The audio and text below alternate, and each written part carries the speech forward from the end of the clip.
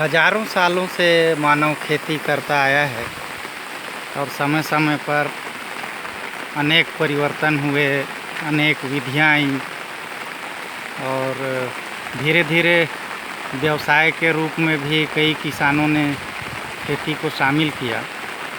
आज एक बड़ी बहस इस बात की चल रही है कि जो खेती हो वो रासायनिक हो कि जैविक हो।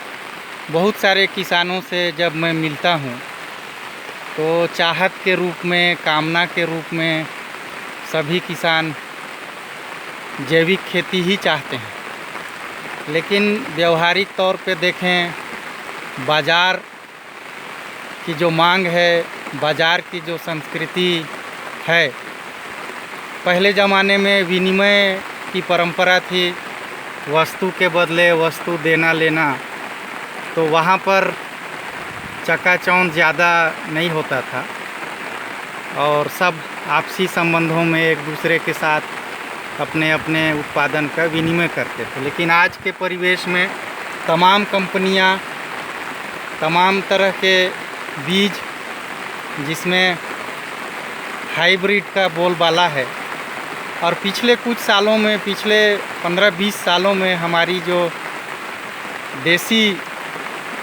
कृषि की व्यवस्था थी, देसी बीज थे, वो धीरे धीरे ख़त्म हो गए। बहुत कम ही किसान जिनकी छोटी सी बाड़ी है वही कोई अपने उन बीजों को बचा के रख पाए हैं।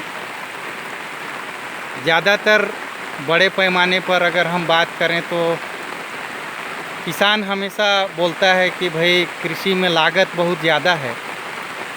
देखने के बाद समझ में बात आती है कि वाकई में लागत तो बहुत ज़्यादा है और उसके बाद जब बहुत सारे किसान बड़े बड़े फार्म में फार्मिंग करने के बाद बाज़ार में बेचने जाते हैं तो ख़रीदने वाले के लिए सुंदर, अच्छे, सुडौल जो फल हैं, सब्जियां हैं वो चाहिए, लेकिन उस हिसाब से कीमत नहीं मिल पाती है। तो अब एक द्वंद्व ये उठता है कि आखिर इस रासायनिक खेती का क्या विकल्प हो सकता है। एक तरह से हम बात करें तो किसान की चाहत हमेशा से रहती है। आज मैं जिन किसान के फार्म में आया हूँ उनका कहना है कि भैया हम सब चाहते ही हैं कि रसायन का इस्तेमाल ना हो, कीटनाशकों का इस्तेमाल ना हो, लेकिन उन्होंने बताया कि जब वो खेती शुरू किए तो इतने प्रकार के कीड़े पतंगे, बीमारी देखे हो, तरह तरह के कीड़े, दर्जनों प्रकार के। और जैसे ही कोई फसल हम लगाते हैं तो शुरू से बीज से लेके फल तक हमको उसको बचाना पड़ता है। तो कभी जड़ में कोई कीड़ा बीमारी, कभी पत्तियों में, कभी तने में, कभी उसके टिप पे, कभी फूल में, कभी फल में। तो कीट बीमारी के अलावा हमको पौधे को पोषक तत्व भी देना रहता है। तो पोषक तत्व के रूप में हम चाहते हैं कि जल्दी से हमारी फसल तैयार हो जाए, जल्दी से फल आएँ, फल बड़े बड़े हों, सुंदर हों, अच्छे हों। तो तरह तरह के रासायनिक उर्वरक बाज़ार में उपलब्ध हैं ही। तो हर कीमत पर किसान चूँकि काफ़ी लागत लगा के खेती कर रहा है तो उससे कुछ हासिल करने की उम्मीद भी रखता है।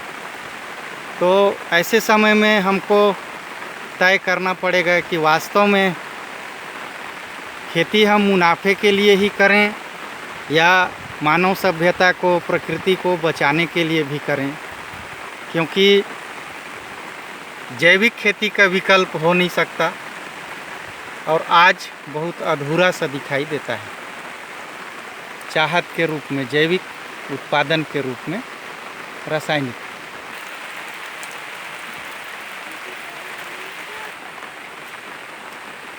करीब 11 एकड़ में किसान तरह तरह की खेती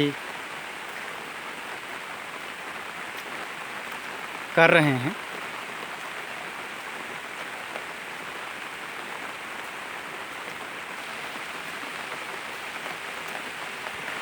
तो हम सभी को गंभीरता से ये सोचना होगा कि हम किस तरीके से जैविक खेती की तरफ आगे बढ़ें और कैसे सर्वमान्य विकल्प के रूप में जैविक खेती ही हो। आज हम जानते हुए भी कि इन कीटनाशकों का दुष्प्रभाव हमारे शरीर पर पड़ता है, फिर भी हम मजबूरीवश सब्जियां खा ही रहे हैं। तो हमारे किसान साथी ने बताया कि भैया क्या करें, हम खुद भी अपने उत्पादित जितने भी सब्जियां हैं उन सब का इस्तेमाल हम खुद भी कर रहे हैं।